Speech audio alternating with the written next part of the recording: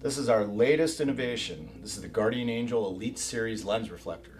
If you're familiar with our devices, you can tell that there's something different going on with this device than there is with this one. We developed the Elite Series lens reflector because our customers are always telling us what they want. What we've heard a lot is, hey, I like to orientate my device this way, but I want the same amount of light coming out this way as when it's normally like this. Now the advantage of this, if you're wearing the device here, or if you're attaching this device to anything where the orientation is shooting outward, you are getting light outward as well as to the sides.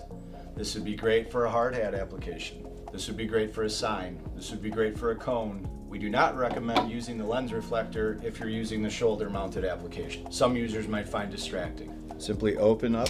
You see it has a hinge here, and then it also has a connection point via this single insert screw.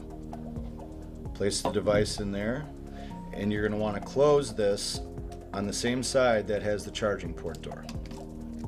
And then you can use your hand to hand tighten the screw here. The lens reflector is now fully attached to the device and will shoot light in this direction as well as outward.